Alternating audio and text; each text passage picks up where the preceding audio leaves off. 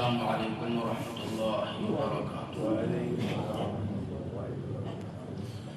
الحمد للہ نحمده ونستعینه ونستغفره ونؤمن به ونتوکل علیہ ونعوذ باللہ من شرور انفسنا ومن سیئات اعمالنا، من يهده الله فلا مضل له ومن يضلله فلا هادي له، ونشهد أن لا إله إلا الله وحده لا شريك له، ونشهد أن سيدنا وسندنا ونبينا وشفيعنا وهادينا ومرشدنا ومأوانا وملجانا ومولانا محمدا عبده ورسوله، صلى الله تعالى على آله وأصحابه وأزواجه وذرياته وبارك وسلم تسليما كثيرا كثيرا. أما بعد فأعوذ بالله السميع العليم من الشيطان الرجيم. بسم الله الرحمن الرحيم. ألا إن أولياء الله لا خوف عليهم ولا هم يحزنون الذين آمنوا وكانوا يتقون لهم البشرى في الحياة الدنيا وفي الآخرة لا تبديل لكلمات الله ذلك هو الفوز العظيم. صدق الله مولانا العلي العظيم وبلغنا رسوله النبي الكريم ونحن على ذلك لمن الشاهدين والشاكرين والحمد لله رب العالمين. اللهم صل على سيدنا محمد وعلى آل سيدنا محمد مبارك وسلم. اللهم صل على سيدنا محمد وعلى آل سيدنا محمد مبارك وسلم. اللهم صل على سيدنا محمد وعلى آل سيدنا محمد مبارك وسلم. گزشتہ کئی جمعوں سے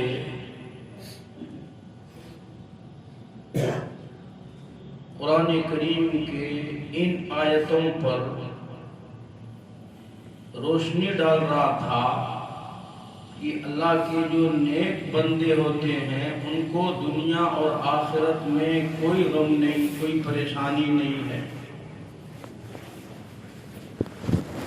اور اللہ تبارک تعالیٰ نے ان کو اس دنیا میں بھی ایسا سکون و اطمینان کی زندگی عطا فرماتے ہیں کہ وہ اللہ تبارک تعالیٰ سے راضی ہو جاتے ہیں اور اللہ کی رضا میں اپنی رضا وہ شامل کر لیتے. اللہ جس حال میں رکھے وہ کبھی اللہ سے ناراض نہیں ہوتے. اور سکون اور اطمینان کا تعلق مال و دولت سے نہیں ہے، سکون و اطمینان کا تعلق دل سے ہے، اللہ کی یاد سے ہے. فرمایا الا بذکر اللہ تطمئن القلوب، کہ اللہ کی یاد کے بغیر دلوں کو اطمینان نصیب ہو ہی نہیں سکتا. دنیا میں کوئی ایسا بندہ اللہ پیدا نہیں کیا جو اللہ کو یاد نہ کرے، اللہ کا ذکر نہ کرے، اللہ کی فرما برداری نہ کرے، اللہ کی نافرمانی کرے اور پھر وہ اچھی زندگی گزارے. ایسا کوئی ضابطہ اللہ تبارک تعالیٰ نے بنایا ہی نہیں ہے کہ کہ وہ اللہ کی نافرمانی بھی کرے اور اچھی زندگی بھی گزارے، یہ ناممکن ہے۔ ایسا ہی ہے جیسا ماں کے تھن میں دودھ واپس چلے جائے۔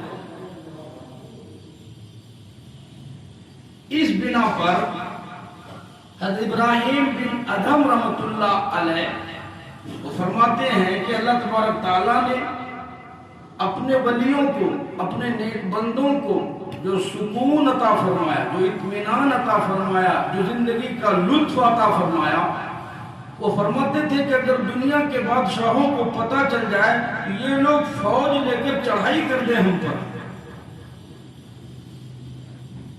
کہ سارے اطمینان، ساری خوشیاں اور سارے سکون تم ہی قبضہ کر لیو، ہمارے حصے میں کچھ بھی نہیں چھوڑا۔ اور اس کے بعد ان آیتوں میں خصوصی طور پر یہ سمجھانے کی میں نے کوشش کی تھی کہ انسان دنیاوی ترقی کر لینے سے اللہ کے یہاں وہ مقرب نہیں بنتا، شوفتہ بازی دکھا دینے سے اور ریاکاری کر لینے سے کوئی اللہ کا نزدیکی نہیں ہو سکتا۔ اللہ کے نزدیک تقرب پانے کے لیے ضروری ہے کہ تقرب الی النوافل، کہ بندہ نوافل کے ذریعے اللہ کا قرب حاصل کرتا ہے۔ نماز کے ذریعے جو جتنی زیادہ شریعت کی تابعداری کرے گا، نمازوں کا اہتمام کرے گا، اللہ کے نزدیک اتنا ہی بڑا اس کا مقام ہوگا۔ یہ خاص طور پر میں نے سمجھایا تھا، نماز کے بغیر کوئی اللہ کا قرب حاصل نہیں کر سکتا، کوئی اللہ کا مقرب نہیں بن سکتا، کوئی اللہ کا نزدیکی نہیں بن سکتا۔ نماز کی اہمیت اتنی تھی، اور میں نے یہ بتایا تھا کہ ہماری غلطی کیا ہے۔ میں یہ سمجھایا تھا ہمارے یہاں لوگوں نے یہ دیکھنا چھوڑ دیا فلاں آدمی شریعت کا تابعدار ہے کہ نہیں، قرآن و سنت کی پابندی ہے کہ نہیں، ہم پیچھے پڑ جاتے ہیں ان کے کرامتوں کے۔ فلاں جگہ گئے تو یوں ہو جاتا، اب وہ ساری باتیں کھل کے ہمیں نہیں کہہ سکتے نا۔ فلاں جگہ گئے تو ایسا ہوتا، لوگ آ کے بتاتے ہمارے کو، وہاں یوں ہوتا، وہاں وہ ہوتا، وہاں ایسا ہوتا، وہاں ویسا ہوتا۔ یہ نہیں بات کرتے شریعت اور سنت، حدیث، قرآن، نماز۔ اللہ کے جو نیک بندے ہوتے ہیں نا، وہ تو اس قدر اللہ کو یاد کرتے ہیں، وہ کرامتوں کے پیچھے نہیں پڑتے۔ ہمارے حضرت جی ہیں پیر ذوالفقار صاحب نقشبندی مجدد دامت برکاتہم حیات سے ہیں، ان کے استاد ہیں، انہوں نے بتلایا کہ ہمارے ایک دوست ہیں